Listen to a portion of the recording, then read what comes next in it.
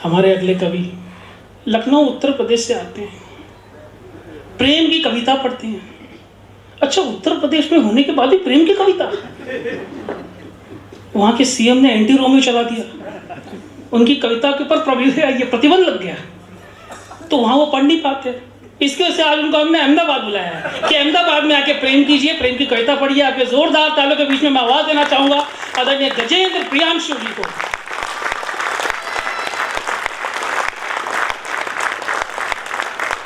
बिल्कुल टेक्नोलॉजी से घिरे हुए हैं, आप लोग उनकी कदकाठी देख सकते हैं, लेकिन जैसे भी हैं बहुत सुंदर गीत गाते हैं। आशा करता हूँ जब वो गीत पढ़ें आप लोग बहुत ध्यान से सुनिएगा, क्योंकि आप लोग जितना ध्यान से सुनेंगे वो उतना आपके दिलों तक जाएंगे।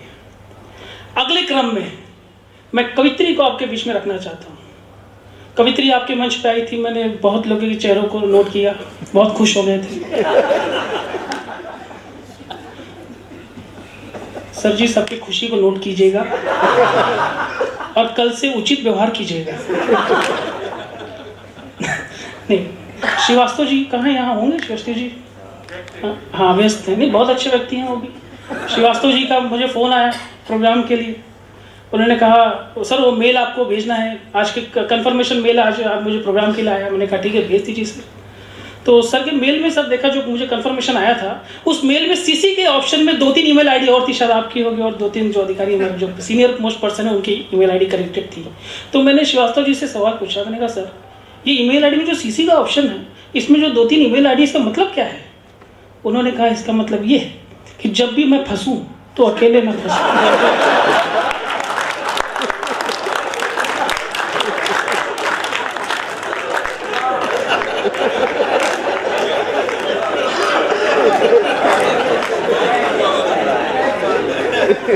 मैंने उनको फोन किया, मैंने कहा सर 2 और 2 कितने होते हैं?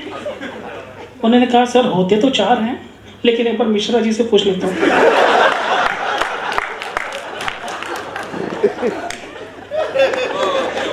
एक बार सर के लिए सम्मान में एक जोरदार ताली होनी चाहिए। नहीं बहुत अच्छे से हाँ बात कर लीजिए आराम से, मैं तो क्या रोज आते रहूँगा, रोज कभी करते रहूँगा। बात करना जरूरी है सर, क्योंकि बात करेंगे तो क्या निर्णय होती। चलिए मैं कवित्री के बारे में कह रहा था। इंदौर से हमारी एक बीच में कवित्री आई है, वैसे तो डॉक्टर है, और सच कहूँ तो ऐसी डॉक्टर जिनको देख के बीमारी ठीक हो जाती है। मैं ठीक कोई बात नहीं, परिचय नहीं खोलूँगा आपके, लेकिन कोई बात नहीं, प्रेम की कविता पढ़ती हैं और उनको देखते ही प्रेम छा जाता है। लेकिन चलिए आपके जोरदार तालियों के बीच में आवाज़ देना चाहूँगा इंदौर से डॉक्टर भुवन मोहिनी।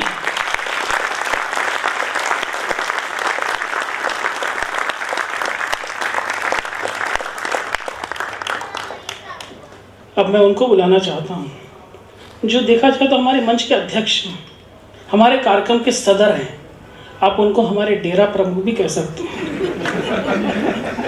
उनके डेरे में से पता नहीं कितने कितने कवि निकलेंगे और आज रात को आपको एंटरटेनमेंट करते रहेंगे, आपका मनोरंजन करते रहेंगे। पूरी दुनिया में बनारसी बाबू के नाम से बड़े प्रसिद्ध हैं वो, कई सालों की उनकी यात्रा है, कोई बहुत बड़ी बात नहीं। हम सब, मैं खुद अपनी अगर बात कहूँ मैं तो उनसे बहुत कुछ सीखते रहता हूँ, लेकिन आज वो हमारे मंच पे है और किसी सदर को, किसी बड़े इंसान को अहमदाबाद कैसे स्वागत करता है वो आपके संस्थान ने आज बताया है। मैं एक बार पुनः स्वागत करना चाहूँगा आदरणीय महेश दुबे का, और आपको कहूँगा कि एक बार जोरदार ताली को उनको स्वागत कीजिएगा।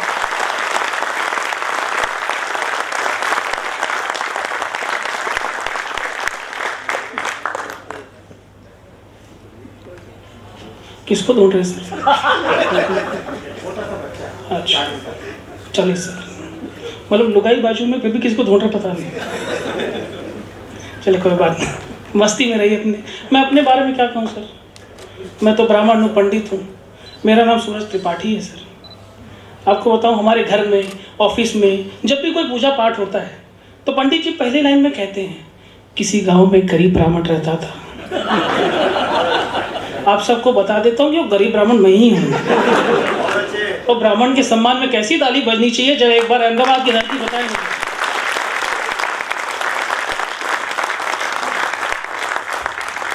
मिश्रा जी सोच रहे होंगे देखो कितना होशियार है, खुद के नाम पे नहीं बजा तो ब्राह्मण के नाम पे ताली बजा ली। लेकिन चाहिए देखो मामला अच्छा, ब्राह्मण कितना है सर एक्सपर्ट होता है आपको पता ही है, ब्राह्मण को आप जब भी कोई चीज़ खाने के लिए दीजिए, वो ऐसे खाएगा जैसे दोबारा मिलना नहीं है, और दोबारा कोई चीज़ दीजिए तो ऐसे खाएगा जैसे पहले कभी देखा ना। क्योंकि हमारे घर में जब महिला शक्ति बैठी है, जब भी रोटी बनाती है तो जो पहली रोटी होती है वो होती है गाय की, और जो आखिरी रोटी होती है, आपको पता है हम लोग कभी समय खत्म करके जब घर जाते हैं तो 12-1-2 बज जाता है, तो वही 2 रोटी गर्म करके हमको खिला दी जाती है। और वो इसलिए खिलाई जाती है ताकि हम गाय की तरह मुंडी हिलाते रहें और उसकी तरह। एक बार जोरदार तालियों में सम्मान कीजिए। और कवि सम्मेलन को मैं शुरुआत करना चाह रहा हूँ। देखिए, हमारे घर में, ऑफिस भी, जब भी हम लोग कोई शुभ काम करते हैं तो हम लोग महिला शक्ति को आगे करते हैं। आज हमारे मंच पे एकमात्र महिला शक्ति बैठी है जिसका नाम होता है आदरणीय डॉक्टर भुवन मोहिनी। मैं उन्हें आवाज़ दूंगा कि सरस्वती वंदना से इस कार्यक्रम का आगाज़ करें और कार्यक्रम को शुभारंभ बनाएं। और उनको माइक पे बुलाने के लिए सिर्फ मैं इतना कहूँगा कि देखो, हाँ बिल्कुल आप कहिए। देखो, उनको ऐसा है कि मामला 2-3 बार हो चुका है। एक बार मैंने कहा कि उनके लिए ताली बजाओ, दूसरी बार कहा ताली बजाओ, तीसरी बार मैंने कहूँगा कि मैं पंडित है, मैं बहुत संकोची इंसान हूँ, बार बार कहना अच्छा नहीं लगता है। आप एक बार जोरदार ताली बजाएं आदरणीय डॉक्टर भुवन मोहिनी के लिए कि वो माइक पर आएँ और सरस्वती वंदना से कार्यक्रम का शुभारंभ करें।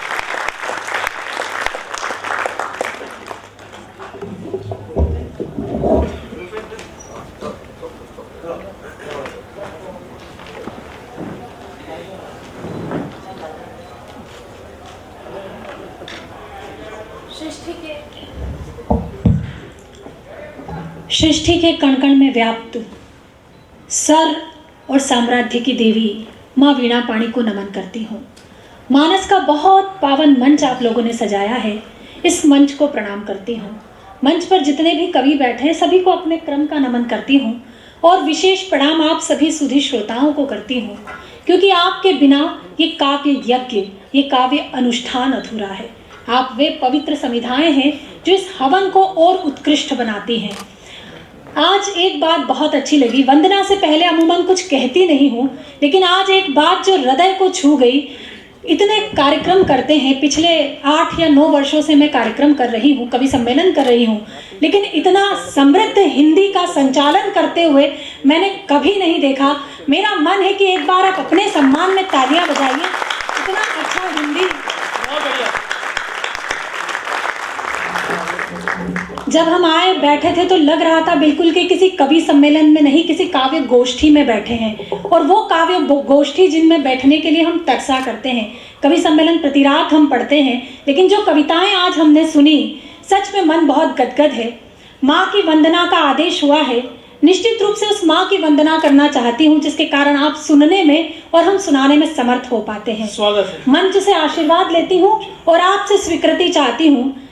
4 पंक्तियां वंदना से पहले माँ के चरणों में पुष्प रूप में समर्पित करती हूँ, फिर अपनी वंदना तक आती हूँ। सुनिएगा। मेरे मन का हर एक मन का गंगा जल के जैसा हो। क्या मांग सकते हैं हम उस परमेश्वर से कि मेरे मन का हर एक मन का गंगा जल के जैसा हो। अगर सत हो तो माता जानकी संबल के जैसा हो। हे पावन मंच मानस का भुवन की प्रार्थना इतनी, मेरा हर शब्द शालिग्राम तुलसी दल के जैसा। बहुत अच्छे। मेरा हर शब्द शालिग्राम। बहुत बहुत आभार, बहुत बहुत धन्यवाद। जब आपने स्वस्ति वाचन में इतना मेरा साथ दिया है तो अब मेरा मन आश्वस्त है कि उस माँ की वंदना में भी आप मेरा भरपूर साथ देंगे। आइए मैं माँ की वंदना प्रारंभ करती हूँ। स्वागत है। जय हो शक्ति भगवती अग्निवत मधुमती सर्व शब्द स्वामिनी रसवती सरस्वती। जय हो शक्ति भगवती अग्निवत मधुमती, जय हो शक्ति भगवती अग्निवत मधुमती, सर्व शब्द स्वामिनी रसवती सरस्वती, सर्व शब्द स्वामिनी रसवती सरस्वती, व्याकरण व आचरण में आवरण विकास हो, व्याकरण व आचरण में आवरण विकास हो, शब्द के वितान पर अर्थ का प्रकाश हो, शब्द के वितान पर अर्थ का प्रकाश हो, जय हो शक्ति भगवती अग्निवत मधुमती, पुष्प की सुगंध को इस अकाल अंध को, पुष्प की सुगंध को इस अकाल अंध को, ध्यान दे कि लिख सके हर प्रबंध छंद को, सांस के विशुद्ध शीर में तेरा विलास हो, सांस के विशुद्ध शीर में तेरा विलास हो, शब्द के वितान पर अर्थ का प्रकाश हो, शब्द के वितान पर अर्थ का प्रकाश हो, जय हो शक्ति भगवती अग्निवत मधुमती, वाद भी नहीं रहे विवाद भी नहीं रहे। एक प्रार्थना, मैं जानती हूँ कि वो प्रार्थना यहाँ बैठे हर मन की है, अगर उसे शब्दों में ढालकर मेरी कलम उस माँ तक पहुँचाती है तो आपका समर्थन मुझ तक पहुँचे। मैं वंदना का अंतिम बंध पढ़ती हूँ, सुनिएगा। स्वागत है।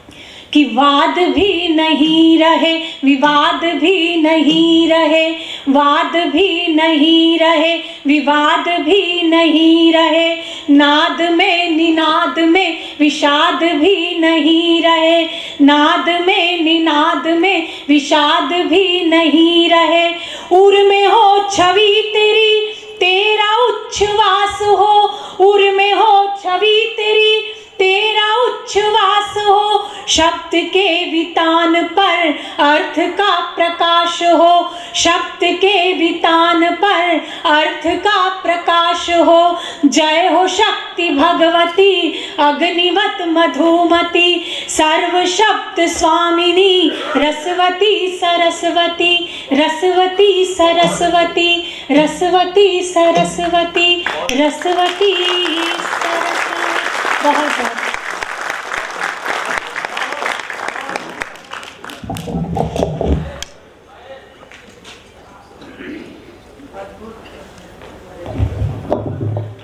आपको सरस्वती वंदना अगर पसंद आई तो एक बार जोरदार ताली होनी चाहिए। डॉक्टर साहब को सिर्फ इतना ही कहना चाहूँगा कि इस रसवंती शाम में सुनकर आपकी आवाज़, इस रसवंती शाम में सुनकर आपकी आवाज़, मन रविशंकर हो गया तन बिरजू महाराज। देखिए, अब मैं कवि सम्मेलन को शुरू करना चाहता हूँ पुनः, और देखता हूँ कितने सम्मान के साथ, कितने आदर के साथ और कितने ऊर्जा के साथ आप कवि सम्मेलन को उठाते हैं, क्योंकि ये कवि सम्मेलन का मंच है। और इस कवि सम्मेलन के मंच को जब जब हमारे पूर्वजों ने देखा तो लिखा कि गुरु नानक संत कबीर जैसी के आंगन में पली हुई, गुरु नानक संत कबीर जैसी के आंगन में पली हुई, कवि केशव के घर से निकली रत्नों में मड़ी हुई, जब मीरा की करतार बजी तो कृष्ण भक्ति में लीन हुई, अति राम बिहारी घनानंद को मिली प्रेम में मड़ी हुई, जब जगन्नाथ रत्नाकर गंगा का अवतरण कराती है, ऋषि वाल्मीकि की वो पावन बेटी कविता कहलाती है। इस दुनिया का सबसे आसान काम क्या है? इस दुनिया का सबसे आसान काम है दूसरों को टेंशन देना। और कितने अच्छे से हम लोग करते हैं वो काम। हम लोग सुबह सुबह मॉर्निंग वॉक के लिए जाते हैं, सामने से कोई आ रहा होगा, हम सामने से जा रहे होंगे, हम उसको नहीं जानते, वो हमको नहीं जानता, आप उसको सिर्फ गुड मॉर्निंग बोल के चले जाइए, सामने वाला पूरा दिन टेंशन में, कौन था, कब पोस्टिंग हुई इनकी, कौन से विंग में रहते हैं। हम लोग रोज किसी न किसी को गुड मॉर्निंग कहते हैं, एक दिन उनको गुड मॉर्निंग मत करो, सर फिर टेंशन में, क्या हो गया आज गुड मॉर्निंग नहीं कहा इसने, लगता है इसका पेमेंट कम करना पड़ेगा, इस महीने की सैलरी रुकानी हो गया लगता है। हाँ, कितना आसान काम है। इससे ज़्यादा टेंशन आपको देना है किसी को, तो आप किसी को मिस कॉल कीजिए और उसका फ़ोन ही मत उठाइए। हाँ अच्छे तो भाई, क्योंकि जैसे आप लोग नहीं उठाते मेरा फोन, लेकिन अब मैं नहीं उठाऊंगा क्योंकि पेमेंट आ चुका है। बिल्कुल चिंता नहीं कीजिएगा। नहीं, पहले ही तो मिल जाए इनको, पहले चिंता की विषय है। लेकिन सच में आप लोग बहुत अच्छा सुन रहे हैं। इस दुनिया का सबसे अगला टेंशन क्या है? इस दुनिया का अगला टेंशन है कि अब सर का घर का जो बेल होता है वो बजाइए और वहां से गायब हो जाइए। लेकिन आज के डेट का सबसे बड़ा टेंशन आपके बीच में रखना चाहता हूं और देखता हूं कितने ऊर्जा से आप लोग सुनते हैं। आज के डेट का सबसे बड़ा टेंशन ये है कि आप व्हाट्सएप पर किसी को मैसेज कीजिए और उसको तुरंत डिलीट कर दीजिए। अगला फुल टेंशन है, क्या भेजा था, क्यों डिलीट किया? डिलीट करना ही था तो भेजा क्यों? क्योंकि हम लोग ऑब्जर्वेशन के लोग हैं। और इसके बाद मैं ऑब्जर्वेशन के कवि को बुलाना चाहता हूँ, इसलिए मैं देखता हूँ कैसे ऑब्जर्व करते हैं। हमारे देश में देखो, मेरी बात का बुरा मत मानना, बोलकर एक से एक बुरी बातें बोली जाती है। क्योंकि होटल में खाना खाने के बाद अगर सामने वाला मोबाइल में बिजी हो जाए तो समझ लेना बिल आपको ही भरना है।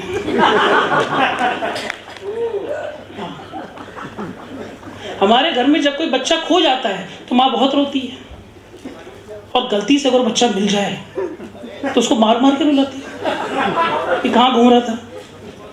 लेकिन देखिए, ऑब्जर्वेशन की चीज है सर। हमारे देश में एक व्यक्ति दूसरे व्यक्ति के साथ तीसरे व्यक्ति के बारे में 4 घंटा बात करता है और 5 घंटे बोलते छोड़ना, अपना क्या लेना देना यार, इससे लेना देना नहीं था तब 5 घंटा बात हुआ। मैं आपके बीच में हमारे हास्य बैंक के पहले कवि को लाना चाहता हूँ। ये छोटी सी भूमिका मैंने इसलिए बनाई थी क्योंकि उनको सुनने के लिए, क्योंकि दुनिया में उनको वन लाइनर किंग कहा जाता है। और मैं देखना चाहूँगा कि आप वन लाइनर किंग, दुनिया के सबसे बड़े वन लाइनर किंग आपके बीच में आने वाले हैं। आपने मेरे टाइम आप थोड़ा कमज़ोर हैं तो कोई बात नहीं, लेकिन उनके टाइम कमज़ोर आपकी ताली नहीं होनी चाहिए। हाँ बिल्कुल, हाँ बिल्कुल, ड्रिंक सबको बांट दीजिए। सर क्या ज़माना आ गया है, पहले पंडित को खिला के फिर खाया जाता, अब पंडित को दिखा दिखा के खाया जाता। लेकिन सर मैं पंडित हूँ और सारे मंत्र मेरे पास है, आवरण के भी, और लेकिन यही नहीं पता होता कब कौन सा मंत्र कहाँ पढ़ूं, क्योंकि आप लोग ठीक से ताली नहीं बजाते और जहाँ ताली बजानी चाहिए वहाँ ताली नहीं बजाते। चलिए आपके जोरदार ताली के बीच में मैं आवाज देना चाहता हूँ आदरणीय गौरव शर्मा जी को।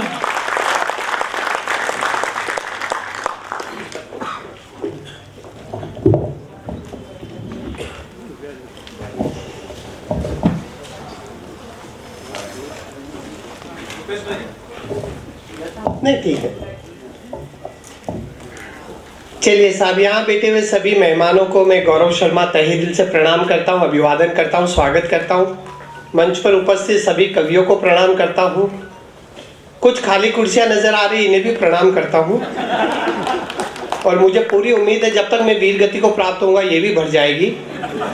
आइए मित्रों, जैसा कि मेरा परिचय दिया है, हास्य कवि हूँ। कोशिश करूंगा कुछ छोटी छोटी हास्य की बातों से आपको हंसाऊं। बहुत अच्छी तरह आप सुन रहे हैं, मुझसे पहले भुवन मोहिनी जी ने बहुत सुंदर सरस्वती वंदना प्रस्तुत की। इनके बाद मुझे सुनना आपको ऐसा लगेगा जैसे लता मंगेशकर के गाने के बाद केजरीवाल जी का भाषण। पर मैं कोशिश करूंगा ये भाषण अच्छा हो। एक बात और बताऊं कि आयकर विभाग का प्रोग्राम है, हम कवियों को हजारों लोगों की ऑडियंस में परफॉर्म करने की आदत है। आज आप लोगों की संख्या इस हॉल में उतनी है जितनी हमारे देश में मेहनत ईमानदारी से लोग आयकर दे रहे हैं। तो आज आप पर जिम्मेदारी ज्यादा है और हम क्वालिटी में यकीन रखते हैं, क्वांटिटी में नहीं। सच है ना? तो मैं यही मान के चल रहा हूँ कि मेरे सामने जितने भी लोग हैं 2-2 हजार के नोट हैं। और आप भी ये मान के चलिए कि 2-2 हजार के कवि हैं, बस मतलब क्वालिटी में। आइए मित्रों, मैं वन लाइनर कोशिश करूंगा कुछ छोटी छोटी बातों से आपको हंसाऊं, बस आनंद लीजिएगा। 4 पंक्तियों के साथ बात शुरू करना चाहता हूं कि मन मचलकर मोर होना चाहिए, मन मचलकर मोर होना चाहिए, हंसी का दौर होना चाहिए। मैं सुनाऊंगा आपको बहुत कुछ, लेकिन आपके ठहाकों में, आपकी तालियों में जोर होना चाहिए। एक बार जोरदार तालियां बजा दीजिए। और आपको एकदम सच बता रहा हूं, पिछले 1.5 साल से वर्चुअल प्रोग्राम कर रहे थे हम। ये पहला एक्चुअल प्रोग्राम है, इसलिए भी आपको जिम्मेदारी ज्यादा है। आप मेरी शक्ल देख ही रहे, मैं अपने से बात शुरू करता हूँ। आनंद लेना, एक एक पंक्ति में आपको आनंद आएगा। आपने मेरी फोटो अलग देखी होगी, अभी सूरत शक्ल थोड़ी अलग है। पिछले 1.5 साल से यही चल रहा है सर, शेविंग बढ़ रही है और सेविंग घट रही है। बहुत अच्छे। चेहरे पर शेविंग बढ़ रही है, बैंक में सेविंग घट रही है। पिछले भगवान से केवल एक ही प्रार्थना की है, भगवान बस टीका आने तक टिकाए रखना। बहुत अच्छे। बॉडी वॉडी तो बन नहीं पाई, एंटीबॉडी तो बना ही देना। मैं सच कह रहा हूँ, आप मजा लेना। मैं अपने से ही बात शुरू कर रहा हूँ। पिछले 1.5 साल में इतना काढ़ा पी लिया, इतना काढ़ा पी लिया कि अंदर बैठा वायरस भी निग्रो हो गया होगा। बहुत अच्छे। इतनी भाप ले ली, इतनी भाप ले ली कि अब मैं मालगाड़ी के एक डब्बे को आराम से खींच सकता हूँ। और दूध में मिलाकर इतनी हल्दी पी ली, इतनी हल्दी पी ली कि अब लोग दूर से ही देखकर पूछते पी लिया हुआ था क्या।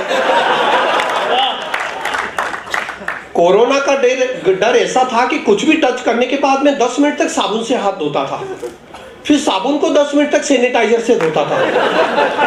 और दूसरी लहर के बाद तो डर इतना बढ़ गया कि एक हाथ से दूसरा हाथ टच हो जाता है तो मैं सैनिटाइजर से हाथ धोता हूँ। अब तो सैनिटाइजर के प्रति ऐसी श्रद्धा पैदा हो गई है कि हाथ धोने के बाद सर पे भी फेर लेता हूँ, चरणामृत की तरह। आप सोचिए, क्या इंसान ने कभी सोचा था एक दिन ऐसा भी आएगा जब लीवर से ज्यादा अल्कोहल हथेलियों को मिलेगा। बहुत अच्छे।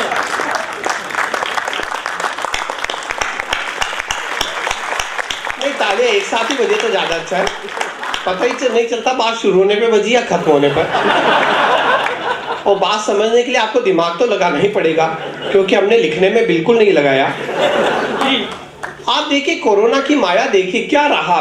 6 महीने तक, मतलब 6 महीने तक देश में सब कुछ बंद रहा, टोटल लॉकडाउन। ब्यूटी पार्लर तक बंद थे, घरवाली ज्यादा डरावनी दिखने लगी। केवल वाइन शॉप खुली थी, मास्क पहनकर बाप और बेटा एक ही ठेके से दारू खरीद रहे थे। और आपने देखा होगा, जिस दिन वाइन शॉप खुली उसके अगले ही दिन नतीजा भी निकल गया। जिस दिन वाइन शॉप खुली उसके अगले ही दिन यूपी जाने वाली ट्रेन उड़ीसा पहुंच गई। और लोग राउरकेला में उतर भी गए गोरखपुर समझकर।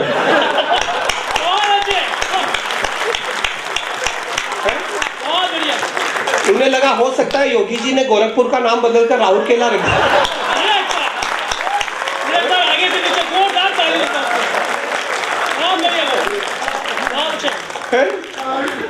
हुआ ही था ना, ये आपने न्यूज में देखा ही होगा।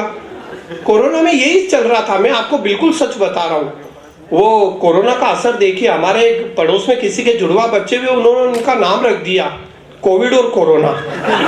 बताइए, बीमारियों पे नाम रखे जा रहे थे। मैंने कहा यही हालत रही तो आगे लोग कहेंगे ये मेरे 3 बच्चे, पोलियो, पीलिया और पाइल्स। और अपना देश तो है ही बड़ा विचित्र, बीमारियों का इलाज टोने टोटके में ढूंढता है सर। वो हमारे, मैं मुंबई में रहता हूँ, हमारे पास के मंदिर में कोरोना देवी का मंदिर बन गया और कोरोना का झाड़ा भी लगने लगा। बताइए, कोरोना का झाड़ा लग रहा था। हंसने की बात ये नहीं, हंसने की बात ये है कि जो झाड़ा लगा रहा था वो पंडित मास्क पहने हुए था।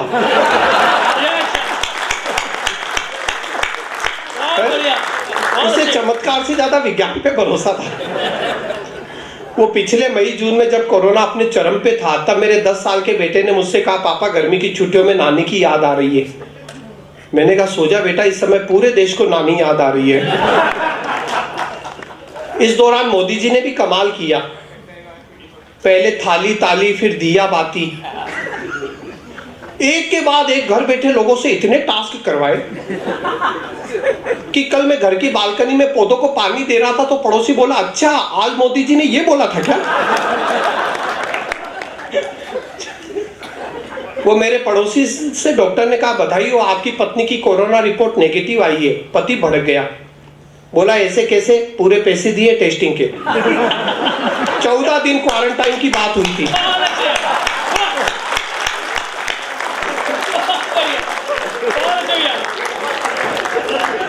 नेगेटिव रिपोर्ट में पति भड़क रहे थे, बताओ सर। वो 2-3 दिन पहले मेरी पत्नी रो रही थी, बोली इस कोरोना ने तो मेरी हैसियत नौकरानी जैसी कर दी। मैं दंग रह गया। मैंने कहा एक बात बताओ, पिछले 11 महीने से घर का झाड़ू पोछा कर रहा हूं मैं, बर्तन भांडे कर रहा हूं मैं, औरतों और कपड़े धो रहा हूं मैं, तू नौकरानी कैसे बन गई? बोली नौकर की बीवी तो नौकरानी हुई ना।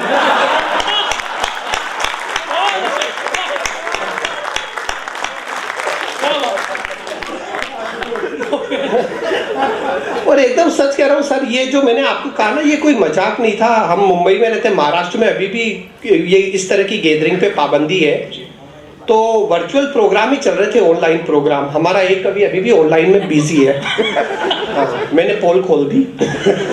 तो भाई मजाक की बात, लेकिन ये पहला एक्चुअल शो है ऑनलाइन। सब कुछ ऑनलाइन होने लगे। आप देखिए सिस्टम कितना बदल गया। बच्चों की पढ़ाई ऑनलाइन हो रही है। मेरा बेटा पढ़ता है 4th 5th में, पूरे साल ऑनलाइन क्लास चलती रही। एक दिन 1 घंटे की ऑनलाइन क्लास के बाद मैडम ने कहा एनी डाउट? अब बेटा तो मेरा ही था ना। बोला यस मिस, वो बीच में 2 बार जो चाय देने आए थे आपके पति थे क्या?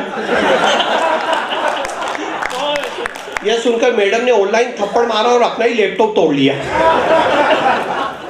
तो ये छोटी छोटी बातें, हंसी कहीं से भी निकल कर आती है। आज अहमदाबाद में प्रोग्राम है। गुजरात की आर्थिक राजधानी माना जाता है और गुजराती भाषा का सौंदर्य भी बड़ा अलग होता है। गुजराती कितनों को आती है? हाथ खड़ा करेंगे। सबको, लगभग सबको ही आती है। तो सब गुजराती है। तब तो आज पेमेंट के रूप में आशीर्वाद ही मिलेगा।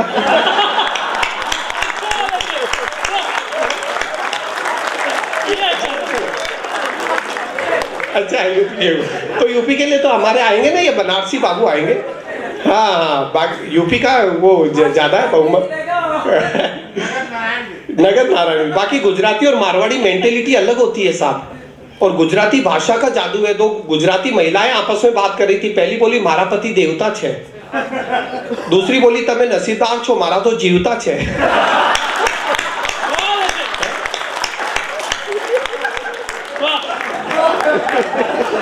भाषा का जादू है। वो एक सज्जन अपनी पत्नी को लेकर पहली बार अपने ससुराल गए। सास ने अपनी लड़की को देखा और कहा हमारी लाख रुपया की डीकरी ने सु हालत करी दीदी। जवाई बोला 50,000 में पाछी जो है।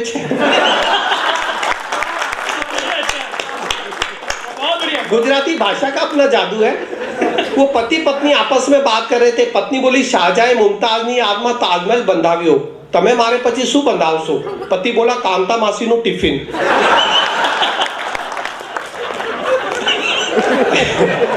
और मैं तो राजस्थान का हूँ, मारवाड़ी हूँ, और मारवाड़ी मेंटेलिटी बिल्कुल अलग होती है सर। आयकर विभाग के लोग इससे ज्यादा अच्छी तरह समझेंगे।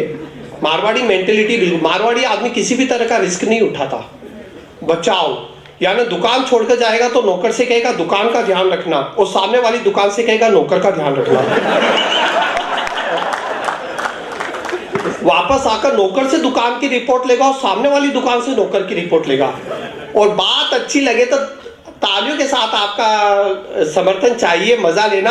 हम पैसे बचाने के मामले में कितने ब्लैक बेल्ट चैंपियन हैं। असली मारवाड़ी वो होता है जो 50 लाख की मर्सिडीज खरीद के उसमें सीएनजी फिट कराए। आपने भी फिट कराई है ना। तो छोटी छोटी हास्य, एक्चुअली मैं ऑब्जर्वेशन का कवि हूँ मित्रों। हास्य एक एक पंक्ति से भी पैदा हो सकता है, ये मैं बताने की कोशिश करता हूँ। और जो हास्य ऑब्जर्वेशन से पैदा होता है उसका वाकई कोई जवाब नहीं। मेरा पहला ऑब्जर्वेशन आपको अच्छा लगे तो यहाँ से वहां तक तालियों के साथ मुझे बताइएगा। मेरा पहला ऑब्जर्वेशन ये है कि हमारे देश में हर आदमी ईमानदार है जब तक वो पकड़ा न जाए।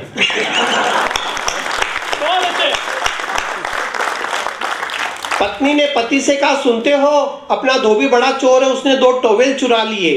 पतिदेव चिल्लाए कौन से, होटल ताज वाले या ओबेराय वाले?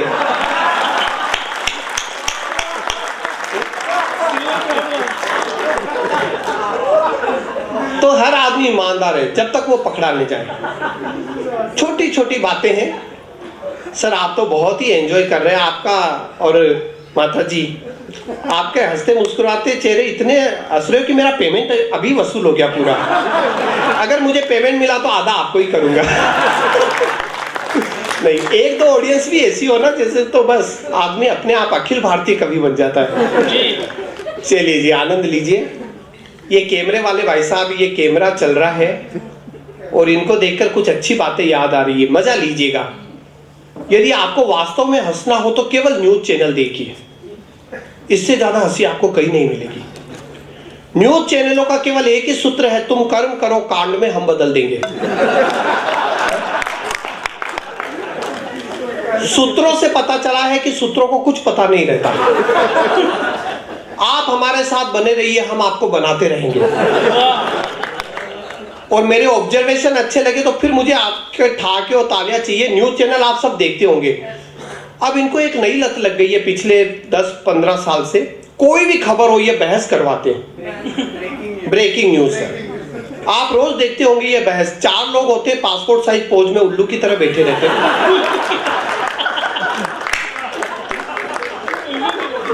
और सबसे ऊपर एंकर जो आग में घी डालता रहता है। अच्छा है। आप ये बहस देखते होंगे, मेरे ऑब्जर्वेशन अच्छे लगे तो मुझे बताना। मुझे लगता है संबित पात्रा जी तो स्टूडियो में ही सोते होंगे।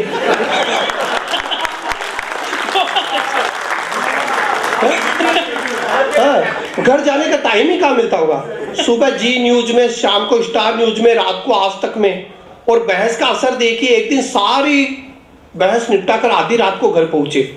घर वालों ने कहा लाइट ऑफ कर दो। अब बहस का असर देखो, घर वालों ने कहा लाइट ऑफ कर दो। संबित पात्रा बोले अच्छा, तो अब इस देश का हिंदू अंधेरे में रहेगा।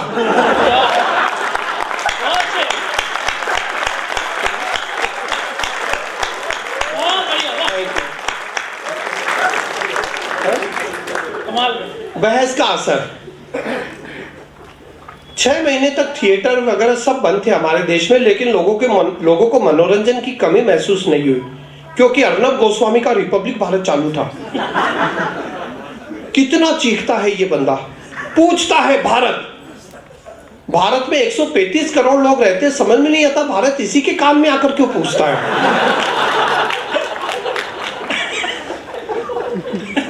इनकी बहस सबसे अलग, 8 लोगों का पैनल बिठाएंगे लेकिन बोलेंगे खुद ही, किसी को बोलने का मौका नहीं देंगे। कोई बोलने की कोशिश करेगा तो डांट देंगे, आप चुप रहिए, ये देश का मामला है, देश की रक्षा का मामला है, आप नहीं समझेंगे। अरे तो बुलाया किस लिए था।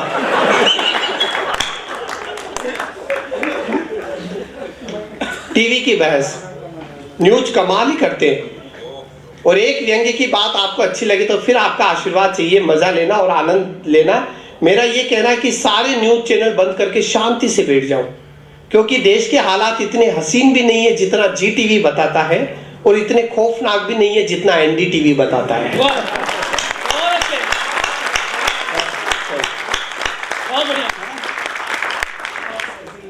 है ना सर, छोटी छोटी बातें।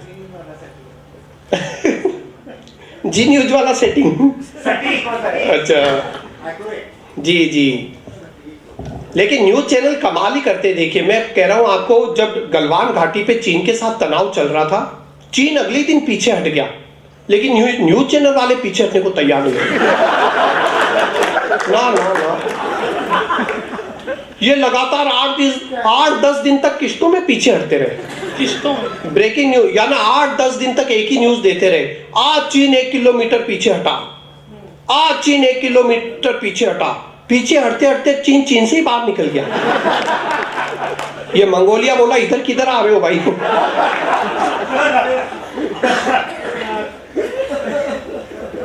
तो लोकतंत्र का चौथा खंभा कहा गया है इसे, लेकिन समझ में नहीं आता हमारा देश, हमारा मीडिया किधर जा रहा है। छोटी छोटी बातें, हाथ से इन्हीं चीजों से, इन्हीं परिस्थितियों से पैदा होता है।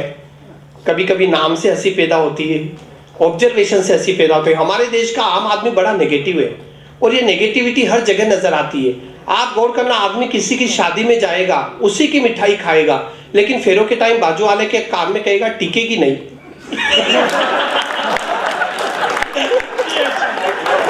टिकेगी नहीं।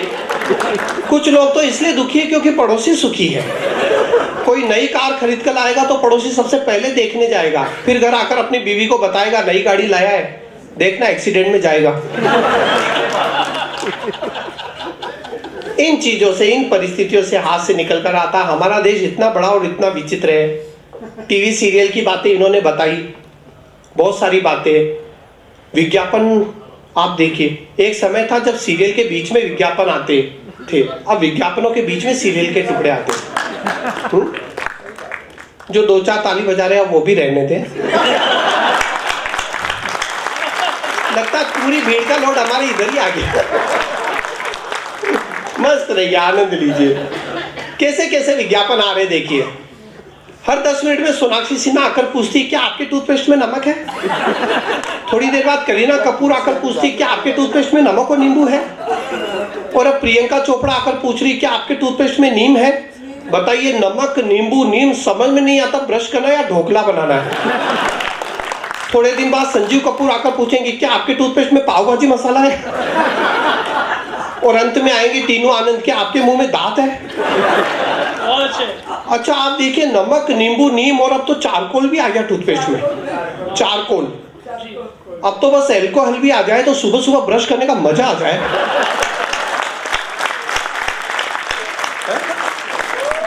आदमी टुन होने तक ब्रश करता रहे। ब्रश करते करते वॉश बेसिन पे गिर गया, समझो चढ़ गया। और अब मैं सच कह रहा हूं, अगर यही हालत रही तो आगे आएगा। क्या आपके टूथपेस्ट में सैनिटाइजर है।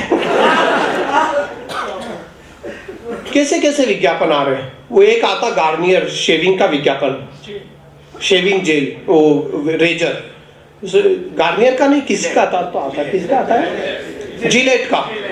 साहब हर हफ्ते उसका नया वर्जन आ जाता है। दाढ़ी बढ़ने से पहले उसका नया वर्जन आ जाता। मैंने इस चक्कर में दाढ़ी करना ही छोड़ दिया। और हर वर्जन में वही दावा बढ़ चढ़कर, क्लोज शेव, क्लोजेस्ट शेव, फिर द मोस्ट क्लोजेस्ट शेव। अरे कितनी क्लोजेस्ट भाई। क्या इतनी कि बाप शेव करे फिर आगे की 4 पुश्तों को करनी ना पड़े।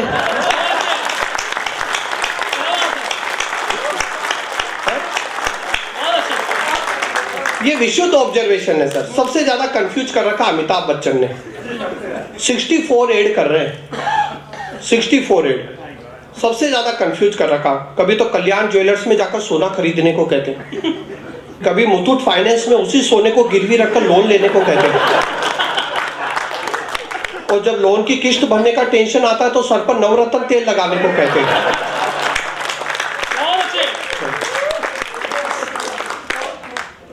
मैं आपको केवल एक पंक्ति में बताना चाहता हूं कि विज्ञापन की दुनिया कितनी भ्रामक है।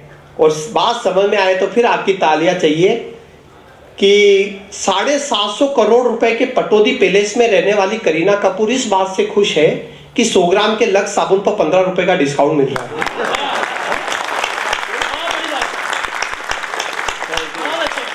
चलिए साहब, एक हास्य की रचना आपने बहुत प्यार से सुना। मैं चाहता हूं एक विशुद्ध हास्य की रचना है, आनंद लीजिएगा। स्वागत। इसमें भी आपको एक एक लाइन में हंसी आएगी। रचना का शीर्षक है कि पृष्ठभूमि की जब कोई बीमार होता है तो जो लोग हालचाल पूछने आते हैं वो औपचारिकताएं किस तरह से निभाते हैं। रचना के साथ जुड़ेगा, आपको आनंद आएगा।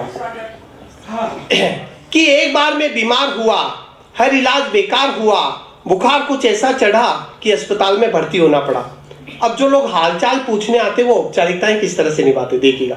कि एक बार मैं बीमार हुआ, हर इलाज बेकार हुआ, बुखार कुछ ऐसा चढ़ा कि अस्पताल में भर्ती होना पड़ा। अगले ही दिन 2 दोस्त आए, साथ में फूलों का गुलदस्ता लाए। उन्होंने गुलदस्ते मेरे सिराने रख दिए। सोचा बच गया तो ठीक, वरना अपनी तरफ से तो चढ़ गए। सोचा बच गया तो ठीक, वरना अपनी तरफ से तो चढ़ गए। फिर एक बोला मेरे लायक कोई सेवा हो तो कहना। दूसरा कान में आकर बोला नर्स बहुत सुंदर है, ठीक होने में जल्दबाजी मत करना। लंगोटिया दोस्त ऐसी ही बात करते हैं। फिर बोला क्या बीमारी है, मैंने कहा तलाश जारी है। वो उदास होकर बोला सबसे बड़ी परेशानी तो यही है, आजकल डॉक्टरों के पास बीमारी पता करने का टाइम नहीं है, बस इलाज शुरू कर देते हैं बिना कुछ पूछे मरीज से। मेरी चाची को मलेरिया था पर मरी डायबिटीज से। बस इलाज शुरू कर देते हैं बिना कुछ पूछे मरीज से। मेरी चाची को मलेरिया था पर मरी डायबिटीज से। पर तुम चिंता मत करो, ये अस्पताल ठीक लगता है। यहाँ मरीज को मलेरिया हो तो वो मलेरिया से ही मरता है। देखिए मेरी हिम्मत बढ़ा रहा है। सीन नंबर 2 देखिएगा, आपको भी लगेगा कि जो लोग हालचाल पूछने आते हैं वो किस किस तरह के लोग होते हैं। सीन नंबर 2 देखिएगा। तभी एक परिचित आए, साथ में अपने बीवी बच्चों को लाए। बच्चे आते ही छाती पर आ चढ़े, पास में रखे फलों पर टूट पड़े। छीना झपटी में एक ने दूसरे को मारा चाटा। उनके माँ बाप ने उन्हें डांटा, इस तरह शोर मत मचाओ, दोनों बांट कर खाओ। मेरे ही फल मेरे सामने, इस तरह शोर मत मचाओ, दोनों बांट कर खाओ। तू खा केले और बेटा तू ये अंगूर ले ले।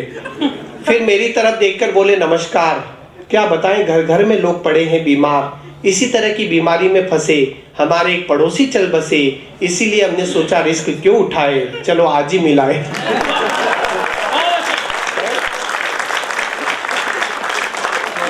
सीन नंबर 3 देखिएगा।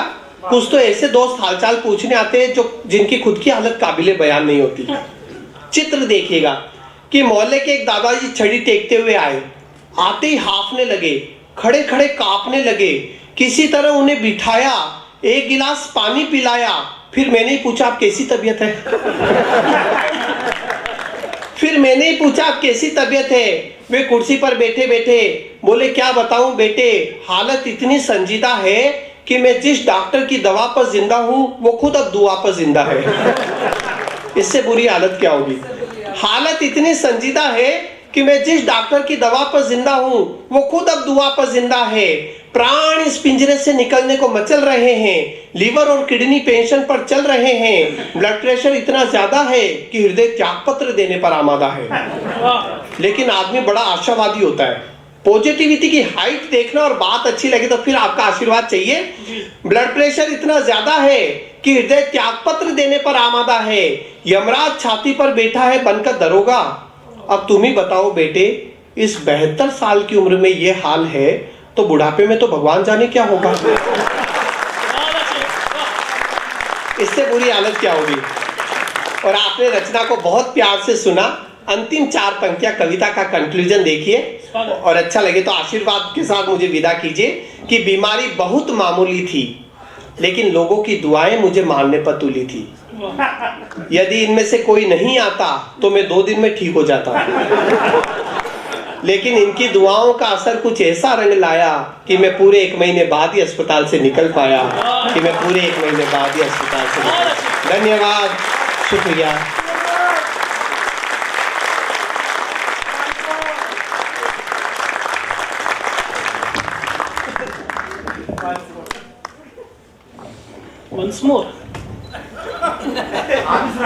वंस मोर करते करते हम लोग 125 करोड़ हो गए,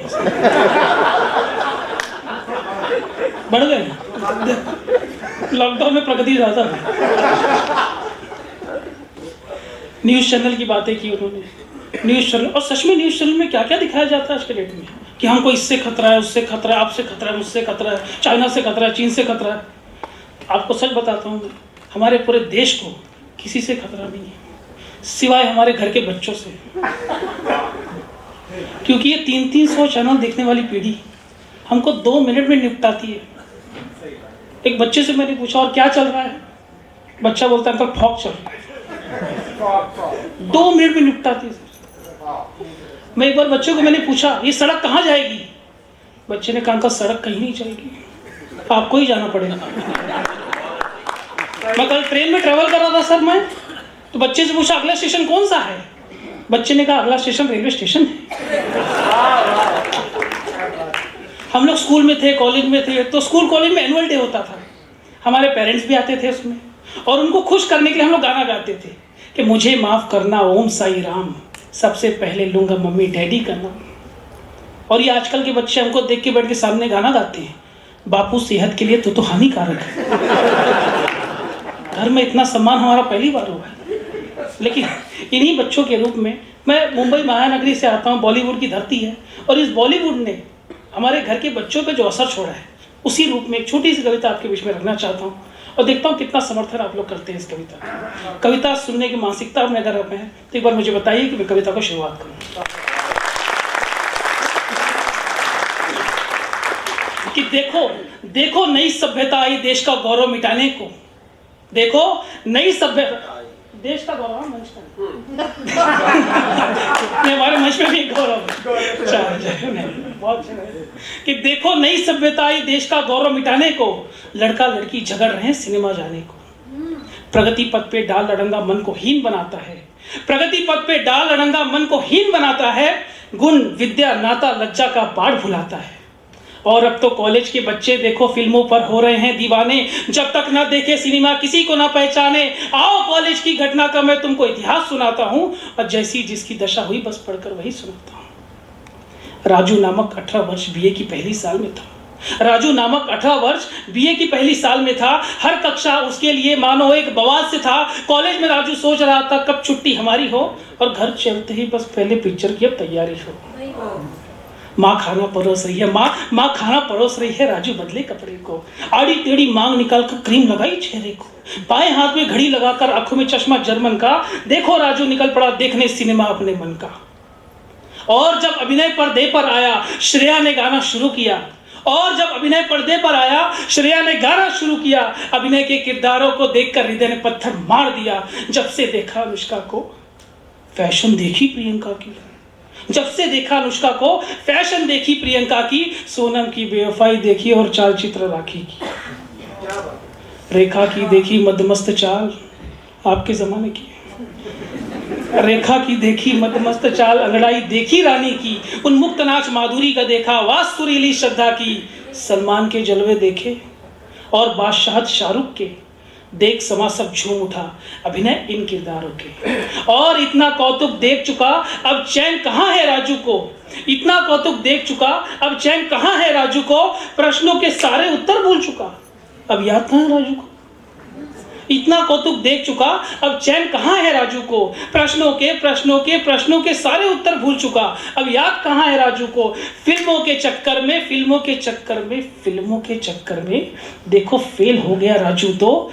फिल्म तो रही सुपरहिट पर फ्लॉप हो गया राजू तो। फिल्म तो रही सुपरहिट पर फ्लॉप हो गया राजू।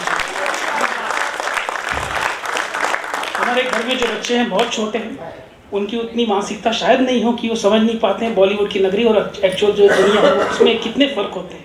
तो ये हमारा और आपका काम है कि दोनों दुनिया में कितने फ़र्क हैं उसका मतलब आप समझाएं। मैंने एक व्यंग्य की कविता आपके बीच में इसलिए रखी थी क्योंकि जो अगले कवि का क्रम है वो हमारे हास्य व्यंग्य के नाम है। वो पहली बार आप अहमदाबाद आए हैं और हमारे घर में जब कोई पहली बार आता है उसका स्वागत कैसे होता है आप लोग एक बार अपने तालियों में बताइए। और योगेश मिश्रा का समर्थन करें। मैं आवाज़ दूंगा कि आपको जोरदार तालियों के बीच में आवाज़ देना चाहूँगा भाई योगेश मिश्रा।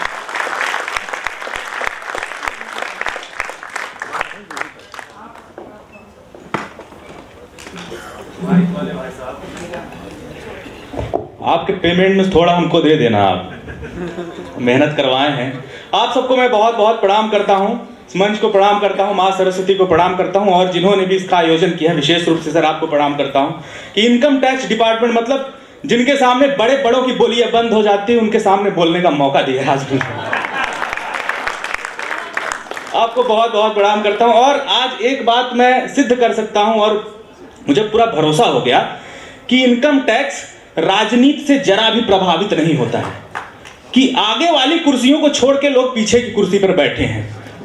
तो मैं एक बात मान गया कि इनकम टैक्स पर राजनीति का जरा भी प्रभाव नहीं है। मैं कोई बहुत ज़्यादा गंभीर बातें मैं करता नहीं, उसके लिए ऐसे लोग बैठे हैं। मैं बहुत हल्की फुल्की बातें करता हूँ क्योंकि जीवन मरण जानता हूँ, न मानस कमय व्याकरण जानता हूँ। न गीता का जीवन मरण जानता हूँ, न मानस कमय व्याकरण जानता हूँ। एक छोटा सा बस मैं कलमकार हूँ, मैं बस अपना अंतःकरण जानता हूँ। मैं साहब अपने अंतःकरण से मैं कुछ एक बातें आप लोगों के सामने रखूंगा और आशा करूंगा कि आप सुन लेंगे क्योंकि भुवन मोहिनी जी जब मंच पर हों तो ये तो उम्मीद मैं कर नहीं सकता कि आप मेरी तरफ देखेंगे। नहीं, अगर प्रियंका चोपड़ा बैकग्राउंड में है तो प्रेम चोपड़ा की तरफ कौन देखेगा। लेकिन फिर भी ये रहता है साहब, मतलब ये कोई ऐसी कहने की बात नहीं है, ये तो सृष्टि का नियम है। अभी देखिए सर आए थे, इतनी बढ़िया उन्होंने कविता की स्त्री के ऊपर, पुरुष के ऊपर किसी ने कहा ये सर ये चलता है तो दुनिया का भेदभाव। मतलब इतनी बढ़िया कविता स्त्री के ऊपर, इतनी बढ़िया वास्तव में बड़ी कविता थी, लेकिन थोड़ी देर के लिए बता रहा हूं मुझे सर भ्रम हो रहा था कि मतलब इस धरती पर एकमात्र जो सार्थक निर्माण भगवान ने किया है वो बस महिलाओं का है। हम लोग तो बस वो सुनामी बाढ़ वोढ़ के साथ बह के चले आए थे। मैं एक जगह गया आश्रम में, वहां बाबा जी मिले, अच्छे वाले बाबा जी। तो मैंने उनसे कहा कि गुरुदेव मुझे कुछ ज्ञान की बात आप दीजिए। तो उन्होंने कहा कि बेटा नारियों का सम्मान किया करो। मैंने कहा बाबा जी बहुत करता हूँ, एक तो मेरे घर में सबसे ज्यादा तो उसी करना पड़ता है। तो आपको जहां अच्छी लगे आप ताली वाली बजा सकते हो। देखो ताली वाली से आप हमें क्या दोगे, पेमेंट तो पहले हो चुकी है। और अभी जैसा साहब ने कहा था कि राजस्व इन्होंने कहा, सर आए थे यहाँ, उन्होंने कहा कि राजस्व प्रशासन का आधार होता है। तो आप भी समझ लीजिए कि तालियां हमारे कवि सम्मेलन का आधार होती है। वाह, बहुत अच्छी बात है।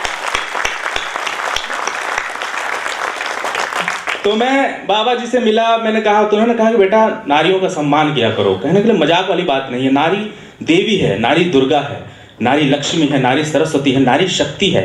मैंने कहा बाबा जी सब नारी है तो ये पुरुष क्या है? बोले बेटा पुरुष सहन शक्ति है। और आपकी तालियां बता रही हैं कि आप कितने सहनशील लोग हैं।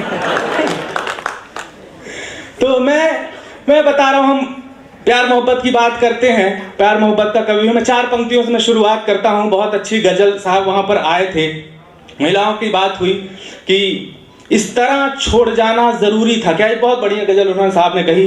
तब वहां से मैं शुरुआत करता हूं कि इस तरह छोड़ जाना जरूरी था क्या, थाम कर फिर गिराना जरूरी था क्या। इस तरह छोड़ जाना जरूरी था क्या, थाम कर फिर गिराना जरूरी था क्या। बन के दुश्मन भी तो चोट कर सकते थे, प्यार का ही बहाना जरूरी था क्या। अब मैं समझ गया आप किस क्लास के विद्यार्थी हैं। नहीं, प्यार मोहब्बत एक प्यार ऐसा चीज है सर, हर डिपार्टमेंट में फिट हो जाता है।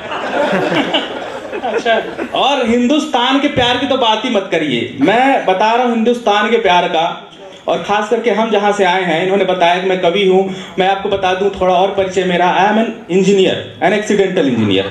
एक्सीडेंटल? हाँ, मतलब हमारे देश में प्राइम मिनिस्टर भी एक्सीडेंटल हो जाते हैं पागल, मैं तो इंजीनियर हूँ। तो आई एम एन एक्सीडेंटल। हमारे यहाँ क्या है ना कि हम जहां से आते हैं उत्तर प्रदेश, वहां पर पढ़ाई और लुगाई लौंडा खुद नहीं से फिट करता, पड़ोसी रिश्तेदार आके तय करके चले जाते हैं। हाँ, चेहरा दिखा के तो वैसे भी होना नहीं तेरा।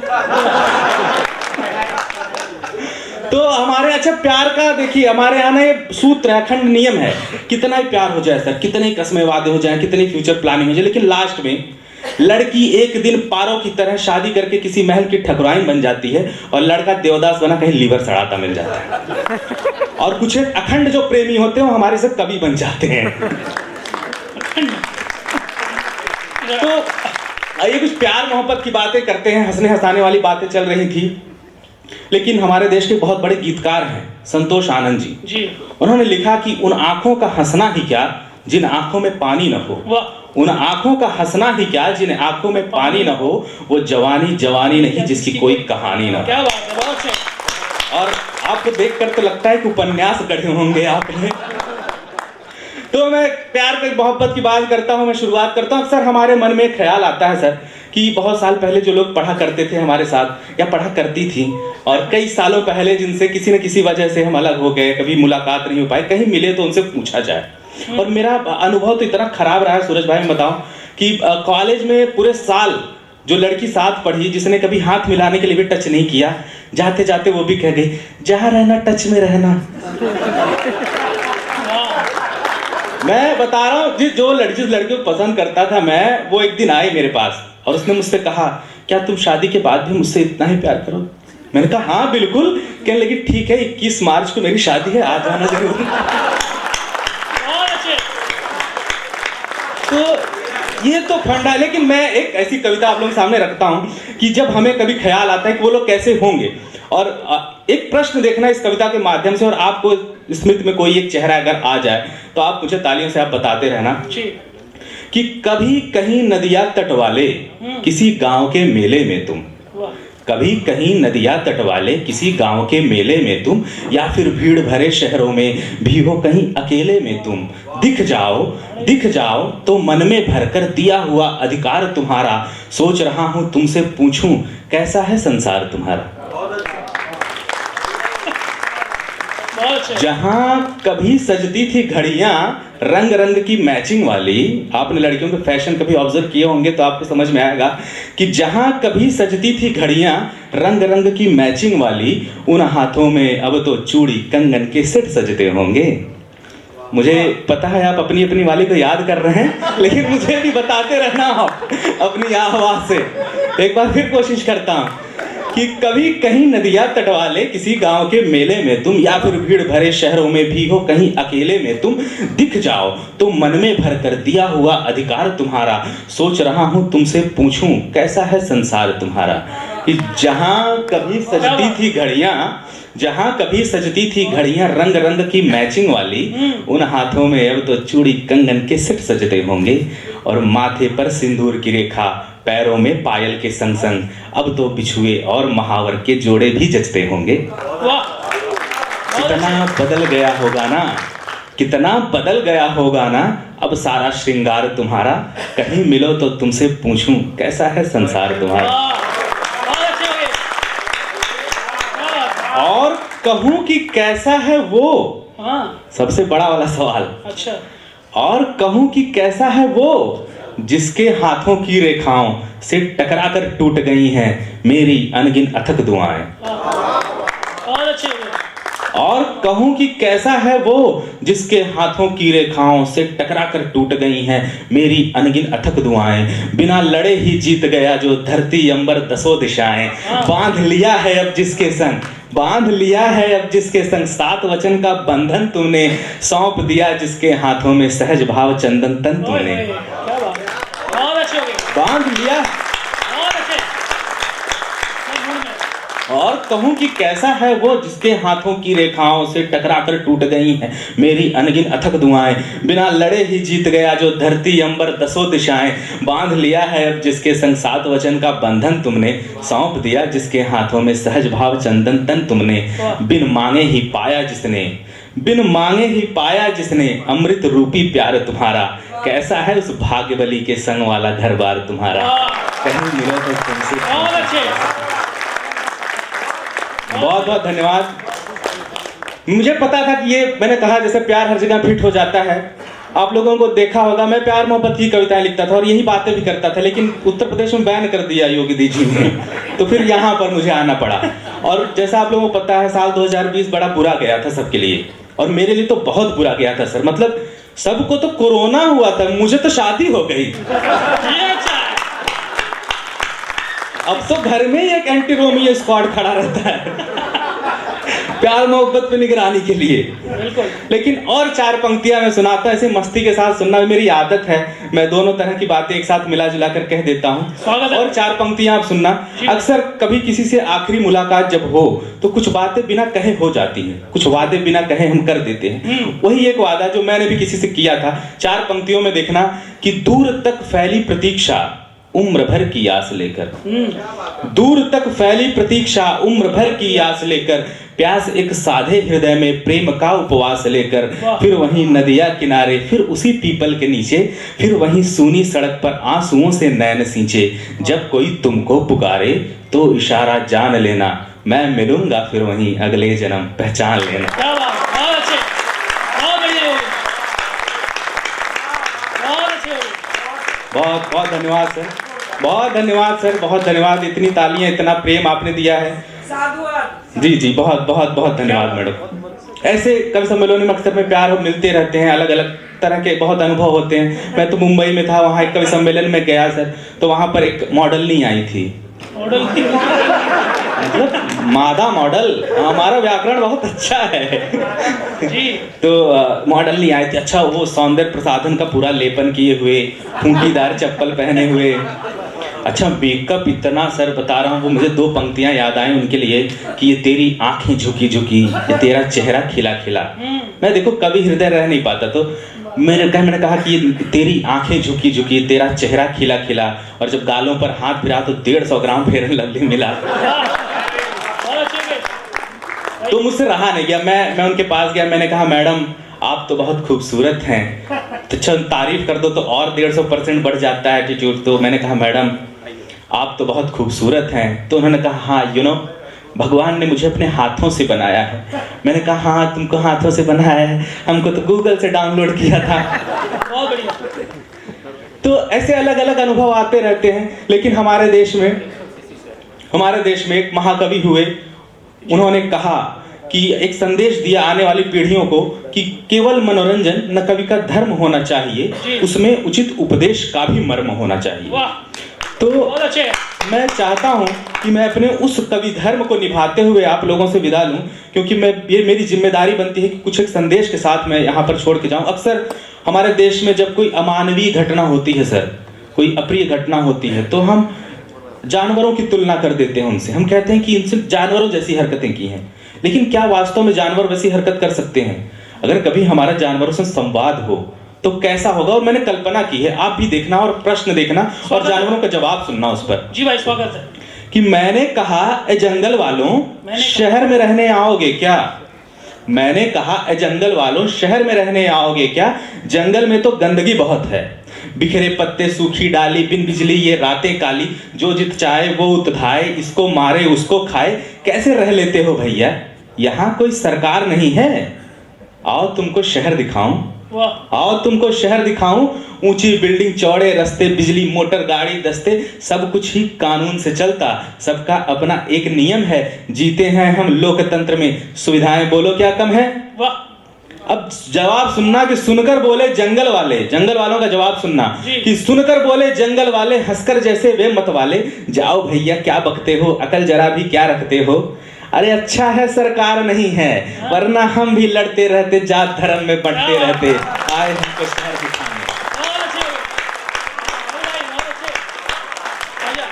सुनकर बोले जंगल वाले, हंसकर जैसे वे मतवाले, जाओ भैया क्या बकते हो, अकल जरा भी क्या रखते हो? अरे अच्छा है सरकार नहीं है, वरना हम भी लड़ते रहते, जात धर्म में बंटते रहते, आए हमको शहर दिखाने। हम भी सुनते हैं अफसाने, मानवता की चीखें अक्सर शहरों से रोकर आती हैं, और शहरों की मर गई सभ्यता जंगल में ही फेंकी जाती है। मानवता की चीखें अक्सर शहरों से रोकर आती हैं, शहरों की मर गई सभ्यता जंगल में ही फेंकी जाती है। हाँ हम अनपढ़ जंगलवासी, हाँ हम अनपढ़ जंगलवासी हैं, हम थोड़े फूहड़ वहशी, मगर बताओ वहशीपन जो दिखता शहरों की सड़कों पर, कभी सुनी क्या वैसी चीखें तुमने जंगल से भी होकर? क्या कभी सुना मासूम कोई जंगल में भी रौंदी जाती हो? क्या कभी सुना निर्भया कोई यहाँ नोच नोच फेंकी जाती हो? क्या कभी सुना रिश्तों में जब की हमने की हो कोई मक्कारी? क्या कभी सुना मतलब की खातिर पकड़ से हमने की गद्दारी? हाँ हम छीना झपटी करते, हाँ हम छीना झपटी करते, पर बस अपनी भूख बुझाने, मगर तुम्हारी भूख बड़ी है कितनी भैया राम ही जाने। जहां दिखी तुमको हरियाली, तुमने ले ली धरती खाली, नदियां सागर तुमने पाटे, जंगल पर्वत तुमने काटे, मगर बुझी ना प्यास तुम्हारी, अब मंगल है आज तुम्हारी।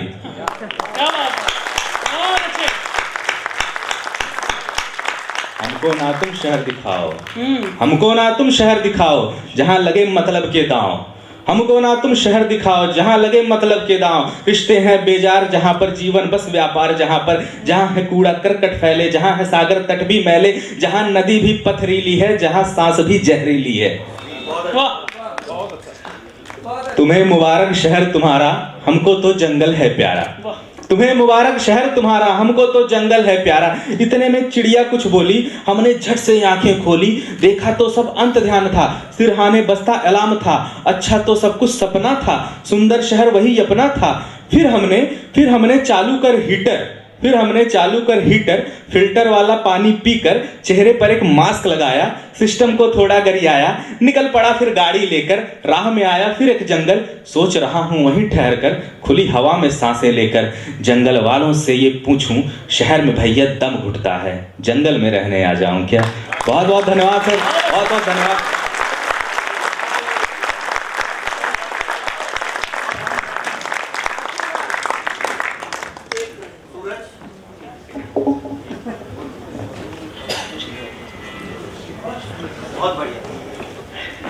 हमारे मध्य कमा भाई राठौर जी बीजेपी से 2 बार वीरंगाम से एमएलए रह चुके हैं।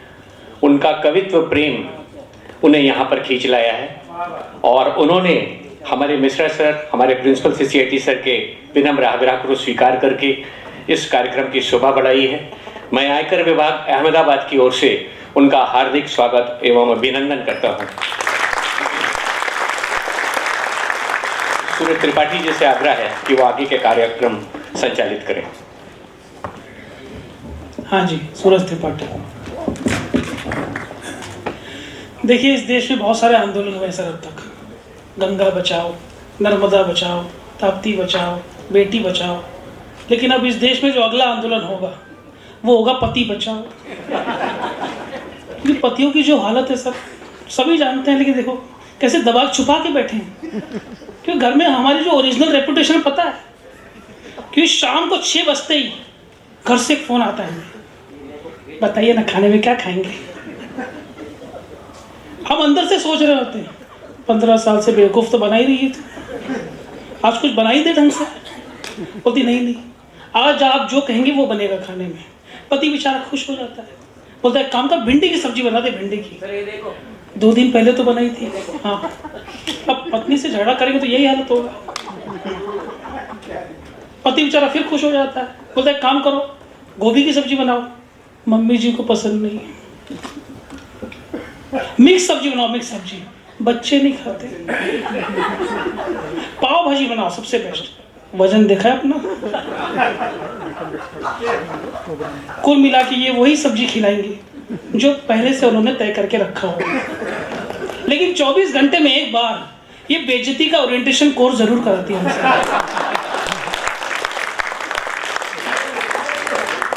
पत्नी कहना चाहती है हमसे जो कह नहीं पाती है। वो कहना चाहती है कि तू बड़ा अपने आप को पति समझता है, तुम्हारे घर में ये रेपुटेशन नहीं है कि अपनी पसंद की सब्जी तक खा के दिखा दे। मामला खुद होता है। मैं महिला शक्ति को प्रणाम करता हूँ, क्योंकि महिला सच में शक्ति होता है। जैसा उसने कहा कि पुरुष तो सच में सहन शक्ति होता है और कुछ है नहीं उसके हाथ में, कि महिलाओं का मामला बहुत अच्छा होता है। लेकिन महिला शक्ति के बारे में, प्यार के बारे में, प्रेम के बारे में किसी कवि से किस तरीके से सुना जाता है, किसी गीत को किस तरीके से लिखा जाता है, किस तरह से प्रस्तुति की जाती है, अगर वो उदाहरण आपको देखना है तो आप एक बार जोरदार ताली बजाइए। मैं आपके बीच में बुलाना चाहूँगा आदरणीय गजेंद्र प्रियांशु जी को, एक बार जोरदार ताली के बीच आपके बीच।